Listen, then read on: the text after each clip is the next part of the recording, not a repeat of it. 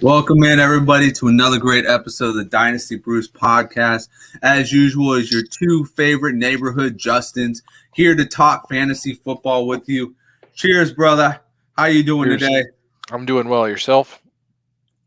Fantastic. I bowled a 160 today, and we're doing pretty good in our league. Well, we were near the bottom, so we're not at the bottom anymore. So we're feeling pretty good. But yeah. I joined a bowling club in middle school, and I was absolutely terrible. And somehow at the end of it all, I got worse. So bowling is more of a comedic experience for me when I go. Well, it's one of the few sports where I can be drinking the entire time, so I enjoy it all the time. I am like 100%. I'm like, bowling leagues? Let's do another one? Yeah, let's do this year round? Fuck yeah. It's kind of like golf to me, golf in the wintertime. It's like the opposite of golf, though, because like when I suck at golf, I get really mad. But when I stink at bowling, I'm just like, eh. Yeah. Well, I mean, regardless, you're having a lot of fun, and most of the time you're drinking a lot of beer. Exactly. So I love those kind of sports. They are my favorite. But we are here to talk about fantasy football. We just had the draft, and we have a special treat. We are on the clock right now with Dynasty Mad's draft. All right. So, Justin, walk us through what you've been doing in this draft. Obviously, we can't see it too well, but kind of tell us what your team looks like right now. All right. So this is a contract league that I helped pick up an orphan from a fellow nerd member, and so pretty much it's been quite the ride. Headed into the draft, I only had Aaron Rodgers, and I used to have Tyreek Hill, and I had Juju. I had everyone else but those two. So essentially, I traded down to the 106. I was hoping to get Kenny Pickett there. He's going anywhere between 103 and 106. Did not happen, but I was at the 101. This was a pretty awful team. So I traded down. I netted the 106 and I netted the 110 in that trade. Because it's a contract league, you have to have 20 players. I have a good, healthy salary cap, but I'm trying to use the draft picks to fill my roster out because they're cheap. Typically like an NFL team. So what I did there, the way the board fell, Brees Hall, consensus 101. You would agree with that, even though we don't necessarily love him. I mean, how can you not like the spot that he went? Rest in peace, Michael Carter's status at this point. But yeah, of course, Brees Hall, New York Jets run scheme. He's going to fit in perfectly there. We both don't really like the talent, but you can't deny the spot. Exactly. The other half's opportunity. He's going to get plenty of it, I think. Then you have Kenneth Walker, Kenny Pickett, Drake London, Garrett Wilson, who, my two top tier players that I want to get after Brees Hall are really Wilson and then not Treylon Burks, but Wilson and Pickett make up my top three. So based on the way the board fell, would you have gone Treylon Burks here, or would you have looked another way? Like, Sky Moore feels like a trap to me. I know a lot of people love his film going into the draft, so I'm not going to dog those guys, but I wasn't terribly impressed, and I'm surprised he's not going higher in this draft, going at 109 here. So, couple questions. Where did George Pickens end up falling? I think he ends up falling to you at 10. If he does, he's my number one receiver headed into the draft, and I love his landing spot. Yeah, I mean, and I love his landing spot on this board. Number 10, if you can get George Pickens, an uber talent who has tons to learn from around him, talk about learning from a good route technician, Deontay Johnson, at the end of the day, he's got all the ability to make it in the NFL. So George Pickens, I like that he fell to 10. I think it would have been a reach at 4. Treylon Burks. See, I have my reservations about Treylon Burks. Obviously, the opportunity is there, but how much of the opportunity are we really talking about here? Like AJ Brown, he was an opportunity, right?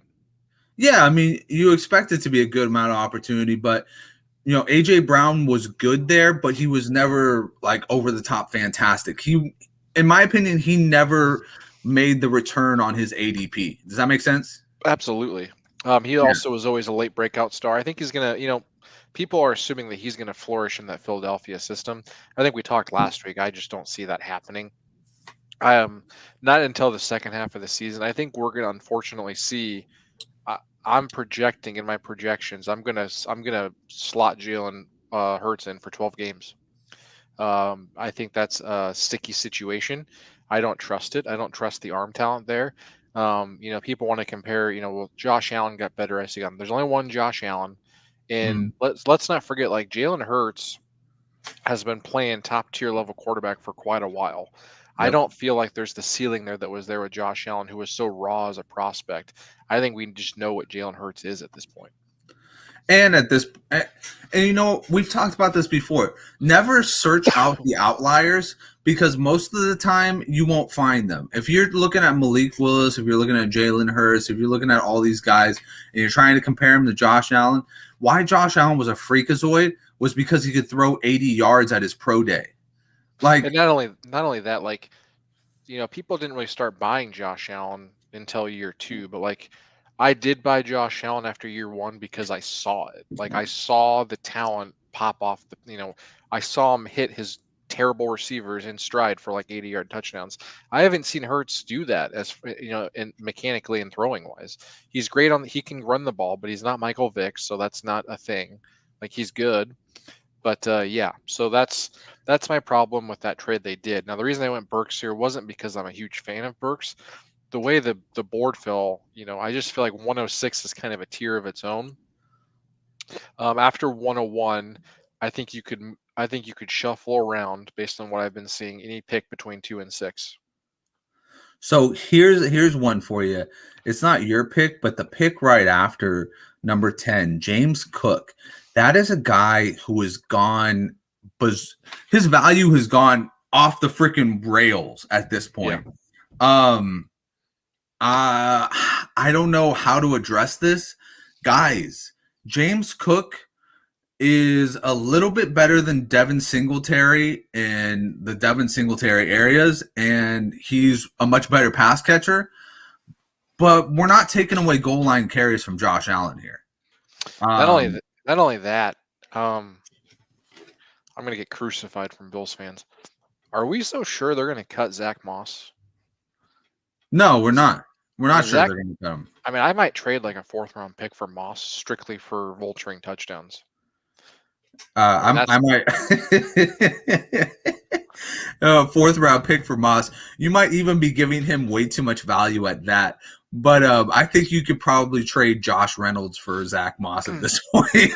I mean, I'm not saying that he's going to hit, but especially in best ball formats, that's a bet I'm willing to take. I don't view James Cook as going to be a goal line back, like you said. Singletary's not it. And I just don't think they want to give Josh Allen the carries. So maybe we'll see them, pull off some free agent signing for like a bulldozer. But I feel like 111's a little rich. I tried trading up to get him at 201 in one other spot, but I couldn't. 201's kind of the spot for me. I'll take it. I can risk a 2. I can't risk a 1. Whereas Pickens, I would take as high as 108, to be quite honest. Yeah, no, I mean, I can see Pickens being in that. Let's say the most I'm willing to risk on a Pickens pick is 106.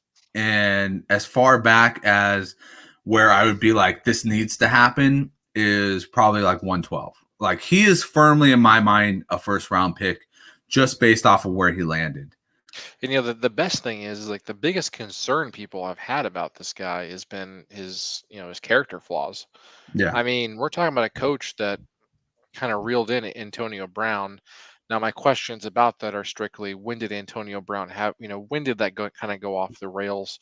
It's kind of funny. Did he start going off the rails when they started losing, or like I'm trying to remember what happened? But there was definitely a point in time. It was like when Juju was there, right? When he was no longer the number one. Right. So, well, yeah, I mean that was right about the time when Juju started picking up steam. You're absolutely right. But just to tack on to what you're saying, just to continue with that, Pittsburgh is really, really good at picking wide receivers, but they're also like they always go after the wide receivers that kind of are perceived as more diva-like.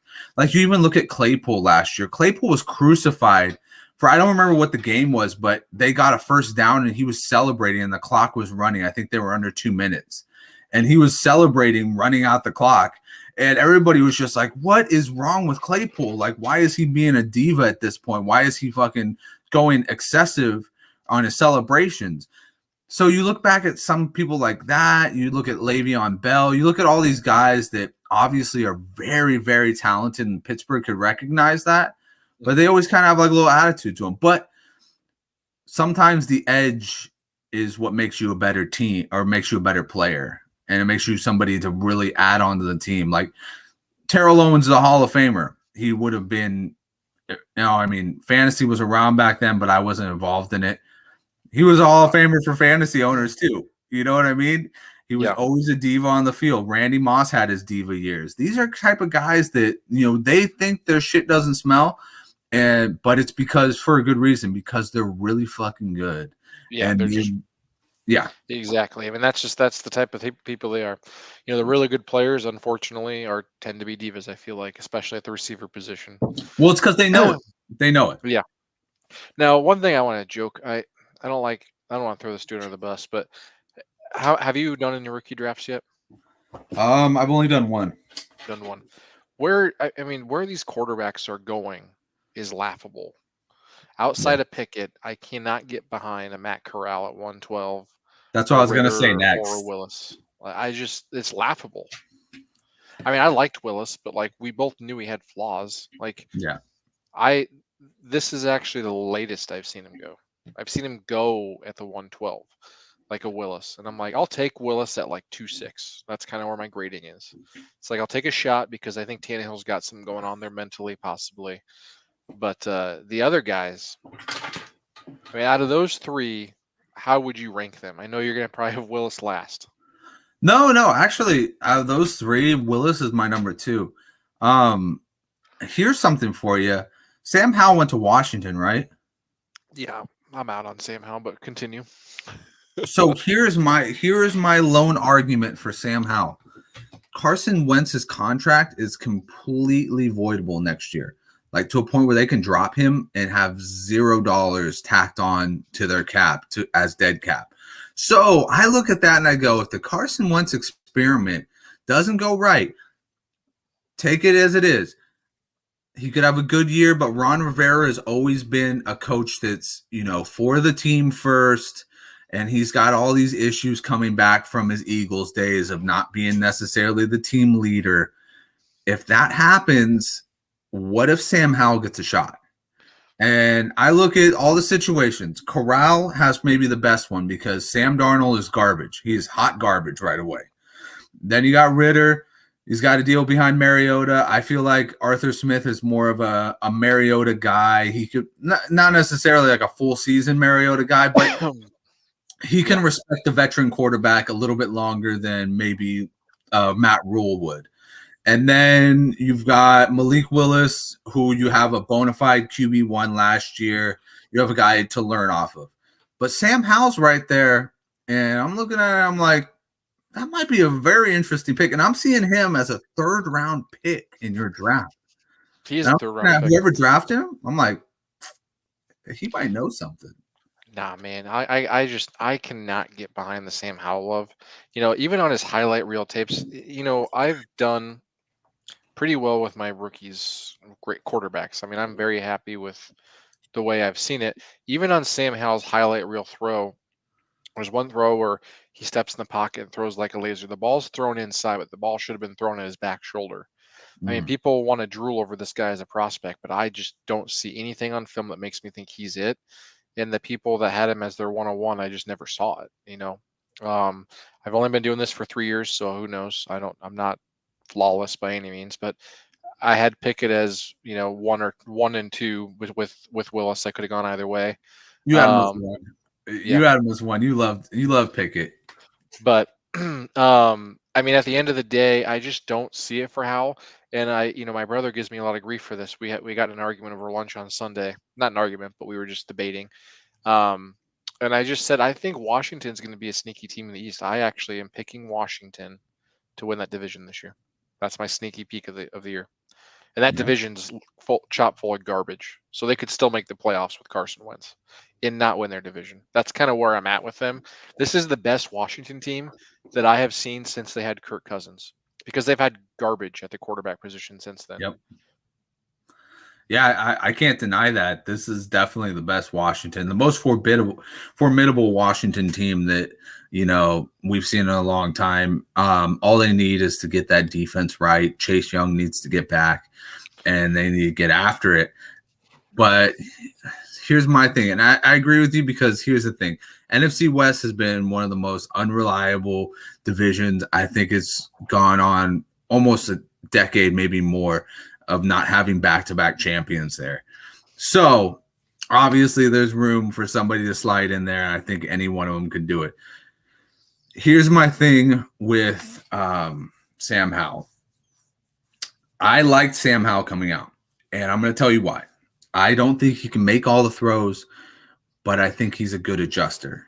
I think he is somebody who went from having Daz Newsome, went from having Javonte Williams, went from having Michael Carter, went from having, I can't remember the other wide receiver. Oh, De'Ami Brown. De'Ami, and having a great attack all over the field, to having just about nothing short of like what he had. He literally had a short game to this season's offense. Like, this offense went from being able to attack all levels of the field to he was lucky if he could get a deep ball off. So when I looked at, you know, his tape, I gave him a little bit of credit, because year to year he made his adjustments, and he still made this team, you know, function at a high level. So when I look at him, I go, this is a guy who can maybe even adapt to an NFL offense. And I think he could be somebody who you could get behind for a couple games, and who you can maybe get behind for a season, and he can help you win a division. But you know what's funny is we can have this debate right now. Actually, you want to know who I would take over Sam Howell? Matt Corral? Nope, not Sam Howell. I'll give you one more guess. Is it rookie class or overall? Rookie class. Yep. You would probably take Bailey Zappi over Sam Howell. Not Bailey Zappi. I will take Carson Strong's upside. I think that Carson Strong ends up in the better situation to actually play because of Jalen Hurts' limitations as a passer. What's ironic about the Eagles that's kind of gone unnoticed, that no one wants to talk about, is that behind Jalen Hurts could not be the most opposite style of quarterback. You've got Minshew Mania and Carson Strong. Neither one of them mesh with the style of play that Jalen Hurts does. So it kind of blows my mind. And I think they're kind of tipping their hand to us about what they're going to be doing next year. And they might not be looking for a dual threat. I mean, this offense, it just kind of amazes me, is kind of where I'm at with that. How they have such differing, you know, like even when Baltimore had Lamar Jackson, their backup was Huntley last year, and before that it was RG3. It was the same style of play. So it just kind of fascinates me looking at that. But I think that as far as Howell could definitely play this season, but I could definitely see a situation where Philadelphia says, you know, we traded all these assets. We're paying A.J. Brown $20 million a year. We got Devontae Smith. We got Dallas Goedert. We have got to be able to hit these guys in the wide open field. And they give them all that guaranteed money. I think they give them some of the highest guaranteed money out of all the UDFAs. Yep. So I have no problem taking them with like the back half of this round. Though I do have a guy in mind that I'm going to pick here in a minute, and I'll tell you why. So all right. Well, I am zoned in for your pick. I will just say Carson Strong is a very interesting play that he went to Philadelphia, like you said. Minshew has a little elusivity to him. He's kind of one of those guys that just goes off the rails for a couple games. I think he's a little bit of a faster Nick Foles. He has that mentality where he can just zone it in for like 1 or 2 games and just absolutely like make you look really good. He did it last year, and then he goes back to being who he really is, which is a backup quarterback. As far as Carson Strong goes, Carson Strong was a guy that I preached for a lot of this year. Yep. I liked his talent coming out of Nevada. I hated the fact that he has no mobility. He has torn ACLs. He is pretty much just he's got my grandpa's knees. yeah. He's just one bad sack away from never walking again, pretty much. And that's not even an understatement. Like, this guy was told he shouldn't play football last year, and he still did. Which, I mean, good on him, because I think that's a ballsy ass move. Anyways, Carson Strong has one of the, for lack of a better words, strongest arms in this draft class. And what can you say when you have a lot of weapons, you have a decent offensive line, and you have a guy with a cannon? Yeah. Just try it out. That's what you can say. If it goes I'll be lying if that's not one of the more entertaining. That's one of the, I want to see how he does in the preseason. Because sometimes you can kind of tell if they're going to stick around the roster based on how that preseason goes. Unless you're Nathan Peterman and you just have it in with John Gruden. And you just Nathan Peterman always was a preseason superstar, and then he would just sink in his chair during the regular season. I don't know, man. It was just absolutely nuts. I did a lot of write-ups on the Raiders preseason games, and Nathan Peterman was always the star of the game. He was out of nowhere. He was like one of the best running quarterbacks. He would throw it great. He just looked like this gritty ass player that just wanted to win the entire time. I was like, where has this Nathan Peterman been? And then you're like, oh yeah. He did that every year in Buffalo. That's why McDermott was so enamored with him. And then it's like the real speed of the NFL comes, and he just can't hang. Yeah, that's what I was going to say. And then you realize, oh yeah, he's playing against the seconds, the thirds, and the guys that are going to be cut. He's playing against your local insurance salesman. Which there's no, if I bought insurance from a guy that played in the NFL preseason, I'd be like, more power to you. I'm just saying, they're not they're not the cream of the crop. But so tell us about this pick. Who are you going to pick? So this is a guy that I like, further enhanced by Z over at Football Guys. He's been talking about him all week. I am very much in on Snoop Connor, not so much because of a talent standpoint, but more of the opportunity standpoint.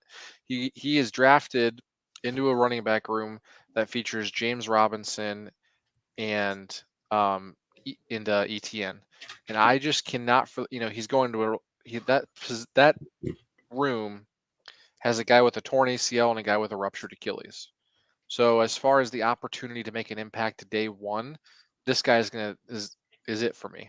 And I'm getting him at the 401. Now, I'm not taking him thinking he's going to be a superstar, but I don't think there's a better lottery ticket I'll scratch off in the 4th round than this guy or my prior pick in Tyler Beatty. Those are two guys entering running back rooms that I love because I think they can make an impact day one. So I've got one guy that I want to ask you about, Tyler Algier. Where did he go in this draft? Or is he still on the board?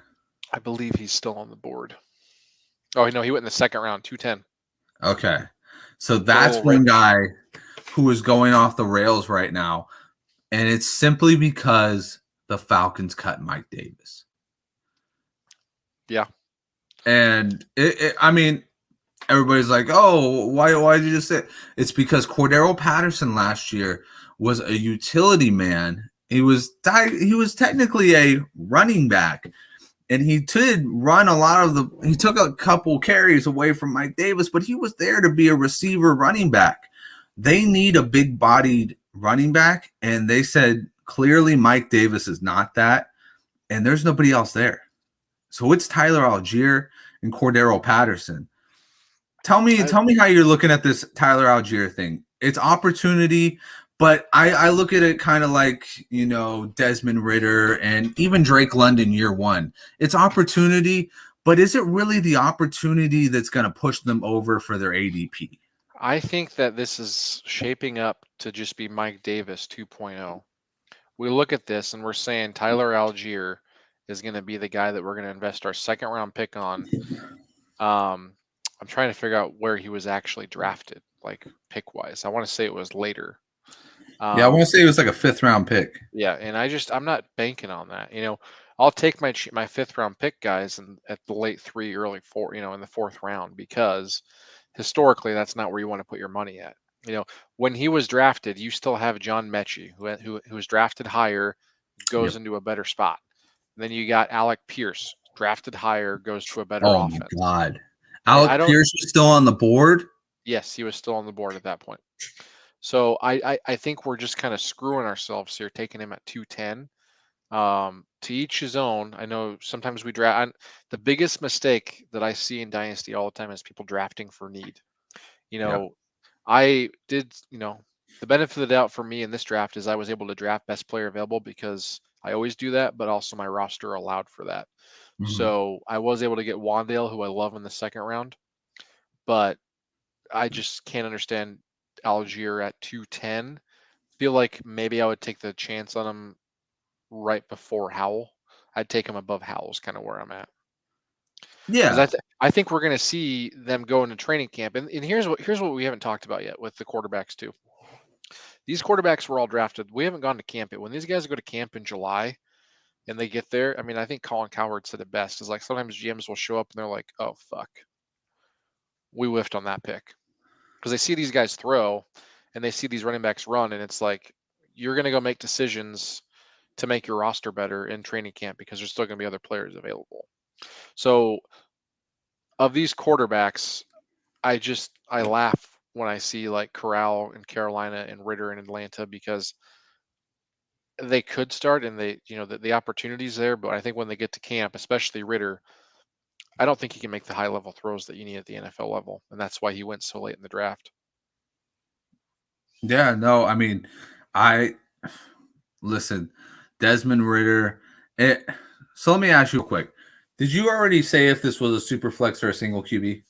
It's super flex, yeah. Super flex. Okay. So when you're at super flex, it's kind of telling about the quarterback class and how the community feels about it. How many quarterbacks are taken round 1, right? Yeah, Because if it was last year's class, they'd all be gone. the entire class would be gone by pick 7, pick 8 in a super Yeah. flex. Yep. Easily. You have Sam Howell going in the 3rd round. And still you have Bailey Zappi on the board.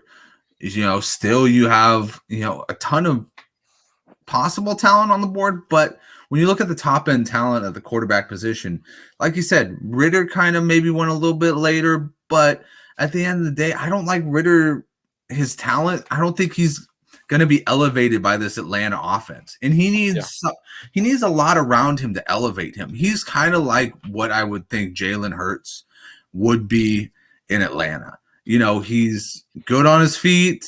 He can make some throws. He's inaccurate the further he goes downfield. And at the end of the day, he's just somebody who's going to get you to a certain point, and then you're going to be looking for somebody else because, he can get you to the playoffs, but all he's going to get you is miserably beaten by the Buccaneers in the playoffs. Yeah. I'll tell you my prediction. And I don't wish this upon people, but I've seen enough of Mariota for me to tell you he's not going to finish the season probably. So I can see them either trading for Baker or Jordan Love. Those are my 2 scenarios I see playing out over training camp, because I just don't think I think that they're going to get to camp and they're going to realize they don't have these guys. I mean, they're either playing for CJ Stroud next year, or they're going to do something. I mean, they know that they cannot win with this roster. That's exactly what I was going to say. Or they just play it out and let Ritter kind of just like bury himself, and they play for CJ Stroud, and Marcus Mariota is gone and relegated to either being a backup or being a grocery store guy at the end of this. Because it's definitely possible. I mean, I would not put it past them. It's just funny because Ritter said he would not leave until he won a Super Bowl. So he didn't say he had to win it, and he didn't say if he would. He didn't say what would happen if they didn't want him, which is the more likely outcome. yeah, Yeah, exactly. It's always fun to see these teams reach for these quarterbacks because you know why they didn't reach for them in the first round because they didn't want to pay these guys. They just wanted to have them around as like a second round pick and say, well, you know what? We tried them out. It didn't work. Back of the roster until we can cut you in a couple Yeah. years.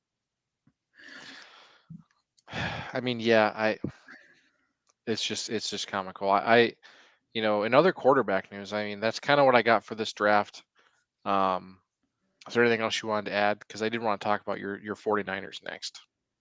And the Oh yeah, yeah, reports go for it. Go in for the it. reports I saw today that we have talked about, that the 49ers coaches have been less than impressed with what they have seen from Trey Lance. Is this smoke or is this fire? I have not seen these reports. I would say this is probably smoke. Um, at the end of the day, you don't trade 3 first round picks. I listen, it's not just because it's my team. I think that there is definitely some smart people that run this organization. You don't trade 3 picks for a guy that you don't have the utmost certainty can make it. So this is the guy. So this is Matt. This report was leaked by Matt Lombardo, who's a national reporter, and he says sources close to him have said staff has been continually underwhelmed by second-year quarterback Trey Lance. Yeah, I'm reading that right now. Yeah, well, I mean, shit. I wouldn't be underwhelmed by him, but at the end of the day, I don't know what the fuck they're trying to put playbook in with him. I mean, you saw it with the 2 games that he was in there. Like they tried to change it up. They tried to go deeper. Um, I guess I think it's more smoke than anything else. But at the end of the day, if we're really talking about Jimmy Garoppolo continually being the 49ers quarterback, then holy shit. You're We not gonna we like we gotta figure something out in this next draft. you're not gonna like my take here. Here's the thing that's gone unnoticed. That report leaked today. You know what else leaked today by Pro Football Talk? What's that? Is that talks with Debo Samuel have turned around and Debo Samuel is refollowing them and the Oh yeah. fence is being mended. I don't think that those two are separate. I think that Debo is getting assurances that Jimmy Garoppolo is going to be back this season. And I think that Debo possibly has had issues with who's throwing him the football in San Francisco. Now that's a conspiracy. I have no proof behind that. But it's odd to me that on the same day that there's rumors that that fence is being mended, that this report comes out. Yeah, that's an interesting take. I mean, listen, if I were to choose between Trey Lance right now and Jimmy Garoppolo and Debo Samuel, I'd throw Debo Samuel and Jimmy Garoppolo on the next boat to somewhere else. Because to be honest with you, I'm not impressed by Jimmy Garoppolo anymore. And Debo Samuel, my friend, please, just if you aren't going to bring your negative ass energy around and you can't, I mean, I don't see why he would hate it. When you look at the 2 games that he played with Trey Lance, he scored on fucking big touchdowns in both of them. He scored an 80-yard touchdown in one of them, and he had a big play in another. Like, why wouldn't you want that? Like, Trey Lance is what you want if you're really trying to be like, okay, I want to be a receiver. Because he doesn't need to be throwing short. You need to be airing it out with him. So when I look at these reports that I'm looking at right now, I'm like thinking to myself, if you were Debo Samuel and your main case is I don't want to be banging up my body as a running back anymore, why would you want Jimmy Garoppolo there? Jimmy Garoppolo can't air it out. Jimmy Garoppolo is literally one of the main reasons that manufactured touches exist because he can't seem to get the ball in the correct position ever. Like, if you watch George Kittle fucking catch the ball with this guy, it's literally all the way up here. He's got to go up there with his big old arms and bring that thing in. That's funny. See, I actually like Jimmy Garoppolo. I think that he's a starter, but he's not a superstar. And that puts the 49ers in a predicament because to me it's kind of like you don't want to throw Jimmy Garoppolo to the side until you know that Trey Lance is it, right? Yeah, And that's I know that essentially you the would game they're playing. probably, and here's the situation I see playing out. So I'm actually going to be a buyer of Jimmy Garoppolo over the next couple weeks. I think we might see one more season of Jimmy Garoppolo for one reason only. Because the 49ers think that he gives them the best chance to win. And if they put Trey Lance in and the experiment goes wrong, they have no first round pick next year. So their pick would ultimately be a very high pick. And that's going to make that heat in that building a lot higher because John Lynch and them traded those 3 picks to move to get Trey Lance. Yeah. And here's something for you. They had the opportunity to get rid of Deebo Samuel, get in there and get some playmakers to help out Trey Lance. They want to be there, and they passed up on it because their ego said, oh, he's worth more than a first and a third, even though A.J. Brown went for a first and a third. And at this point has had a more electric 3 seasons than Deebo's had just as one. One season, yeah. Yeah. So at the end of the day, they got effed by the market. Yeah. So the Cowboys. Go for it. Them and the Cowboys. I mean, the Cowboys were the biggest losers of the whole offseason. They literally traded away their best receiver to the Browns for a 3rd-round pick because they thought they were overpaying him. And now the market's completely flipped, or they're walking around like, oh, we didn't realize that this was going to happen. Yeah. So it'll be interesting. I actually think that this is going to be the last season of Deebo and Jimmy G. And I think that Deebo's going to move on next season because I think it all comes down to the fact that they don't have the control for their 2023 one, and they'd rather go all in now. And then if they're going to give Trey Lance his opportunity, and then that way they might be thinking they can save their jobs by getting the next quarterback the next year if they have a really bad season with Trey Lance. Yeah, I mean that's an interesting take.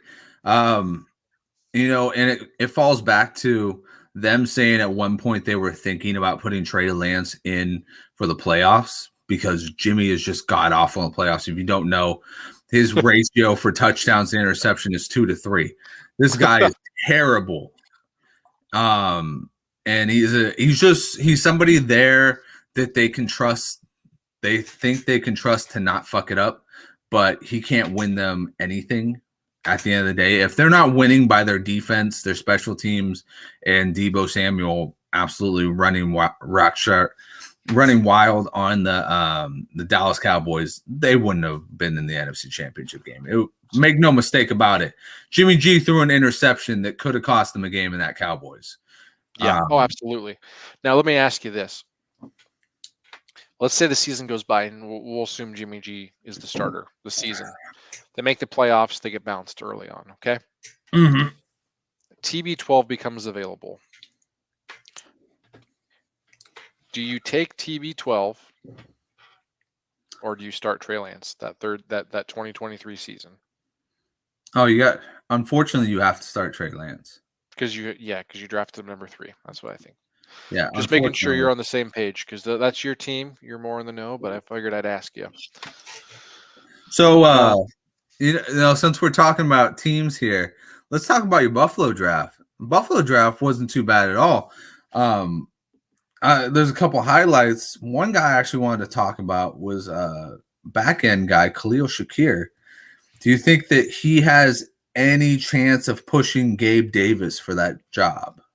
No, I don't. I think that Jeff Bell's a guy I like a lot in this space, and I follow him a lot. He's a big Gabe Davis fan, but he's not big on Crowder like I am. I think Crowder is going to take over in the slot, and Josh Allen loves him some slot receivers, and I think Crowder is anything but washed up.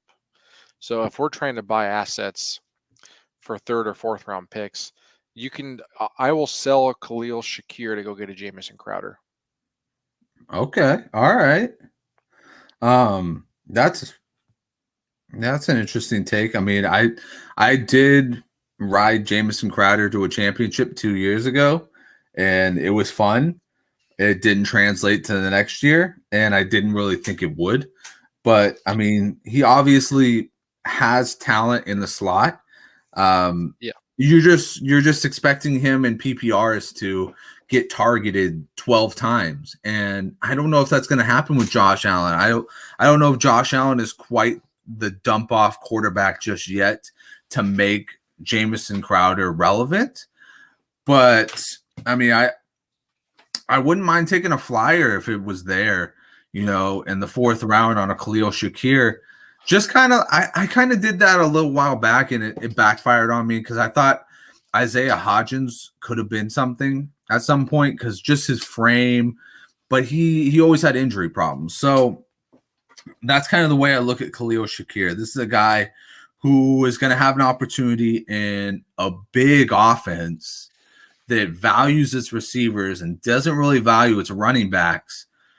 It has a cannon-armed quarterback. So I look at that and I was just like, that could be a really, really sneaky 4th-round pick there. Say Jamison Crowder goes down because he did have injury problems in the past. Yeah. Say even Gabe Davis goes down. I mean, I know there's a lot of hype behind Gabe Davis right now, but say Davis, he could go down. Yeah. It's possible. I'll tell you this. Over the last 2 years, Jamison Crowder has had 51 catches and 60 catches. And then in 2019 was his peak. He had 78 catches. The last 2 years, Cole Beasley had 170 catches when Josh Allen broke out in 2020, and then 107 targets, 82 catches, and then back in 2021, 112 targets, 82 catches.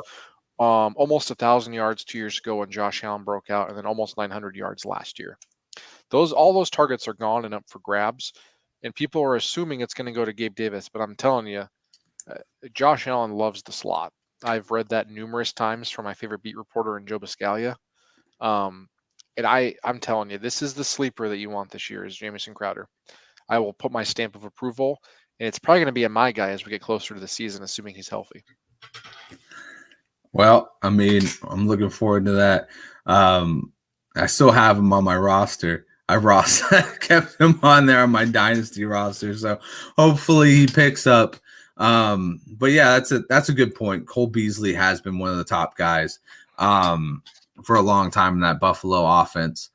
So let's just roll down a couple names. Tell me how you like it, how you like the scheme fit, and where you're thinking they're going to be picked up and where you would draft them. So I'm going to start off with a guy we've already talked about, even if it was just not really full on talking about it. Sky Moore.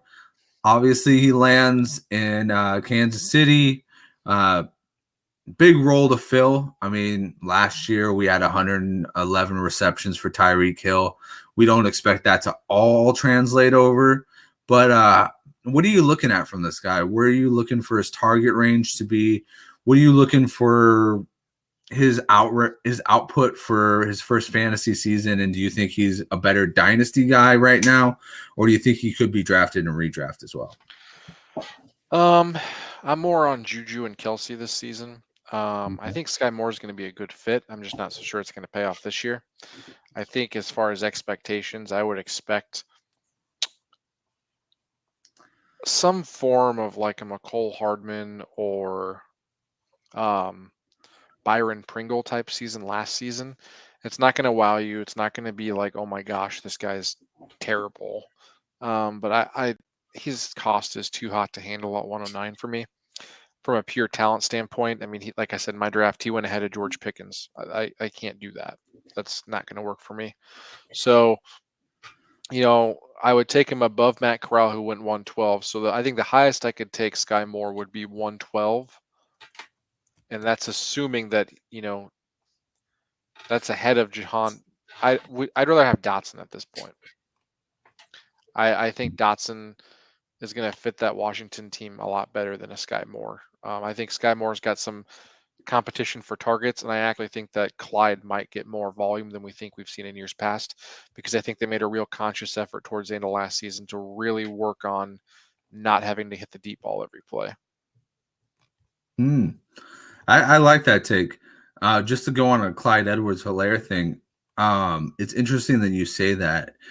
I was on a podcast yesterday, and I was talking about how I liked that Clyde Edwards-Helaire. I liked the Chiefs' focus last year on making their offensive line, really like a bruising offensive line. Like you get in Creed Humphrey, you get in Joe Tooney, Orlando Brown Jr., all these guys that came from run-heavy offenses, and you brought it in. And I was actually really high on Clyde Edwards-Helaire last year. I was saying, oh, you might as well go grab him and stuff, because he's bound to have a big year with this new focus. But this year, with getting rid of Tyreek, you have more of a short game guy in Juju Smith-Schuster. And, Ronald Jones is kind of a sneaky pick if you're looking at him in like the 20th round, 19th round, stuff like that. I mean, I don't know if he's going to fall that far, but if you're really looking at a guy who has a 900-yard season under his belt, is a very hard guy to bring down, just has had a fumble history in the past. Yeah. This is kind of a team that you could take a lot of flyers on and maybe something cashes in for you, especially with Clyde Edwards-Helaire, Ronald Jones. Another name is maybe even Isaiah Pacheco, somebody that you can maybe even just, stash as an undrafted guy on your taxi squad. This is a team that I think could be turning a corner in their offense. I don't know if it's going to be full-blood, like 50-50 or maybe even like 52-48, but I think that they're turning a corner and maybe going towards a little bit run-centric, maybe slowing down the offense for Patrick Mahomes a little bit. Yeah, for sure. Don't draft Darrell Williams, though, because Darrell Williams is not a chief. We've had that conversation. I still see people drafting him in startups, and I'm like, guys, he's not a chief. He's not what you think he is. These are not the droids you're looking for. What's funny is how many people drafted Darrell Williams last year thinking it was Damian Williams? Now, I was high on Darrell Williams last year, and it paid off big time. Now, my biggest problem is now I'm stuck with him, but he did help me get to the playoffs in several leagues last year. So, yeah, I'm with you. I think Rojo's fine. I really just think this is the season that we're going to see Clyde not get injured, and I think it's going to be a bigger season than we want to admit. And based on his cost, I'm going to go in at his cost right now because I was high on him coming out. I wasn't 101 high. That was Jonathan Taylor all day. And then I was into J.K. Dobbins, and I wasn't so much into Swift as much. I missed on that one. My top two were really Dobbins and Jonathan Taylor coming out. So, but Clyde was right there. So I just want to do this real quick. Currently in standard ECR for Fantasy Pros, Sky Moore is number 56. Right behind him, Kenny Golladay, Jacoby Myers, Christian Watson, Jameson Williams, Jahan Dotson, Landry, Beckham, Fuller, Robbie Anderson, your boy Pickens. It's a joke. What's funny? Crowder, David Bell. Crowder, see, I'd take Crowder over him. But that just shows the presence of being a Kansas City Chief. Like that's the bad side of a landing spot, because sometimes it makes you draft somebody way higher than they're supposed to be, right? Yeah. Dude, I feel like we are just assuming, and I've seen Josh Larkey, who I also respect a lot, talk about this. We are just crucifying Kenny Golladay. We're talking about a guy who had back-to-back 1,000-yard seasons just a couple seasons ago, and then we're going to knock him because Matt Stafford got hurt, and then he got hurt his final year in Detroit. Then he comes over to New York and gets shackled with one of the worst offenses I've ever seen historically. We are just crucifying this guy. If I have way too much Kenny Golladay now, because it is like, well, I can take a second round John Mechie, or I can take Kenny Golladay. I'm going to take Kenny Golladay. I'm going to take whoever's. I will take my 211, 212 pick, and I'll cash in on Kenny Golladay all day. The fact that Sky Moore is ahead of Kenny Golladay to me is mind-boggling. I mean, listen, I was never a big Kenny Golladay fan. I always thought he was more of a one-trick pony type of guy. But I do agree with you in the sense that if you have the difference between, rolling the dice on a 211 and getting a guaranteed number one locked in 4 years, $72 million guy who is going to get opportunity, yeah, I'll go for that guy. But as far as Kenny Golladay goes, we've talked about it before. I'm big on Kenny Golladay at a certain price. If it comes down to asking Kenny Golladay in the 11th round, I'll probably pass and say, I'll take the chance that Will Fuller finds a team. But if we're talking about, that blows my mind that I just can't believe he's not on a team yet. Yeah, I know. I can't believe he's not a Brown yet. But I mean, as far as like if Kenny Golladay, I picked up Kenny Golladay in the 15th round in a draft, and I was thinking about it. I was just like, people are really down on Kenny Golladay to a point where they're letting a number one wide receiver slide to the 15th round. Like, he's my backup, but he's still a number one wide receiver. He's gonna end up being a starter this season, so you got a good deal. Yeah, I mean, if he plays out well for me, I'm gonna buy him in all best ball leagues, because I'm like, for the bust or the boom weeks that I get, I'm gonna be through the roof winning games, because he does offer that. He offers that, real spike week opportunity. But I mean, obviously the downside has been that we've seen that he's in this Giants offense that somewhat seems like it's not going anywhere. Let me ask you one more question. I'm going to share my screen one more time because this is comical to me. There's a guy that was drafted ahead of Sam Howell, your boy, that still blows my mind. Look at pick 3-5. Do you want to break that pick down? I can't see 3-5. 3-5 is Justin Ross. What are your thoughts on it? Justin Ross, who took 4 days to sign with the team. Oh, man. Not 4 days, but I mean, he didn't get signed, I don't think, until like Monday. He was definitely not a priority UDFA. Yeah, Justin Ross. Justin with a Y. And why are you doing that? You know why they're doing it? Is that the same guy who drafted Sky Moore? The guy that drafted Sky Moore? No. They're doing it because obviously they think that they're going to be smart and pick up on this Chiefs offense. Yeah, Justin Ross, I don't think he'll make it out of training camp. He's a great story, but at the end of the day, I mean, it seems like he missed out. You know what he reminds me of? Do you remember Sage Surratt out of Wake Forest last year? Mm-hmm. Yeah, he got drafted by the Lions in, I think, like the 5th round or something. But he's one of those guys that, he could have come out earlier and been a 1st-round pick, but he waited a year, and people in Surratt's defense, he waited a year on the COVID year, so he got the whole rap of, you're going to get fucking pushed back a couple rounds because you didn't even play. But in Justin Ross's, unfortunately, he got stuck with the Clemson offense without Trevor Lawrence and DJ Uiagalelei.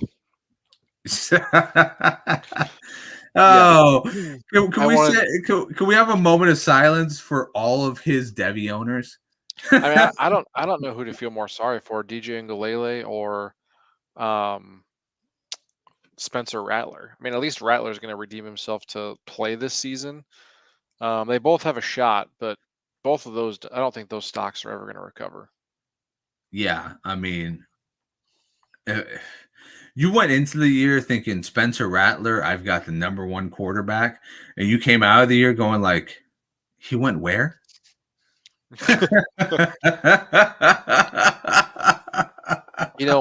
I was never a big Rattler fan, but the biggest mistake I made was the homer pick of Adrian Martinez, and it was just a similar epic fall. Like, I took him after his freshman year, he looked really good, and then similar to Nebraska football, just looked like crap the second time you started getting your hopes up.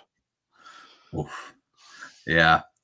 I mean, I'm a Cal fan, so I'm never really hyped up too much for college football. Yeah, I'm with you. But anyways, this was a great episode and got to chit chat and banter about some of the better picks out there. But Justin, I'm going to pass it to you because we have some big news coming out of Dynasty Brews, and I think that we might more or less be entering the sphere of some of the upper echelon guys, in the sense that we're going to be getting a couple things here. We're going to try and turn ourselves a little bit more into the professional aspect. You know, obviously, because we are professionals, right? You know? Exactly. They're more professional than us, having beers on the clock. But I got to tell you, big things are coming, and I couldn't be more excited about it. Well, hopefully next Friday I'll be able to share that with you guys. But we are going to take the step from dial-up internet to broadband internet pretty soon. Wow. Oh man, when I had dial up, I was just sitting at the computer going, God damn, when is this thing gonna load? And when you get that box, and you're just like, whoa. Straight Hopefully through. next Friday we will have something. Well, hopefully next Thursday we'll have some news to share, and can build upon this. But it's a lot of hard work that we're putting into this. Yes, sir. We're putting tons of hard work into it, and we actually have some really cool interviews coming up. We have some cool guests coming on in the near future. So you get to see our pretty faces, but you also get to see some others, and we will try and limit the amount of Justins that we had. Let's bring Halsey back. Maybe we can get 3 Justins. Halsey is always welcome back. Yeah. Halsey is always welcome back. He is a Devi genius. He is doing a lot of good stuff over at the Dynasty Nerds. But anyways, let's wrap this up. Justin, tell us what you're working on. Tell us where the fans can find you right now. And yeah, what's your plug? Yeah, man, just doing the typical stuff. I am working on a spotlight article for Boston College's quarterback. And aside from that, I am just grinding the prediction strike stuff. Still pushing the Terry McLaurin hype train and all things Washington, or whatever, the Washington football, whatever they are. The Washington Football Commanders of the Redskins, the Washington football team. I might just start calling them the Washington Wentzes. The Washington Wentzes. Yeah, that will be the yearly name. They'll be changing it next year. I still can't get over their high school Letterman jackets that they have. It just looks like they were just like, oh, what do we do? Oh, you know what? Heinz is a sponsor of us. You want to put their colors on there? You want to put some mustard and ketchup on there? I mean, I don't think I've ever seen like a product relaunch go as poorly as that. I mean, let's face it. Dan Snyder is really putting a lot of effort into this, guys. Like he has thrown his best team out there for this one, and yeah, we should really give a round of applause to Dan Snyder because he has done it. The worst owner in football. Yeah. The Washington Dan Snyders, hopefully they will have another team next year. I feel for you Redskins fans. I'm not against you. I think your team's going to be good. Yeah. Well, you know what? You know what's funny living in DC is they've never gotten rid of the Redskin memorabilia. Well, anyways, guys, it's been another great episode. As usual, stay frosty, Brew Crew. We love you. Have a good night.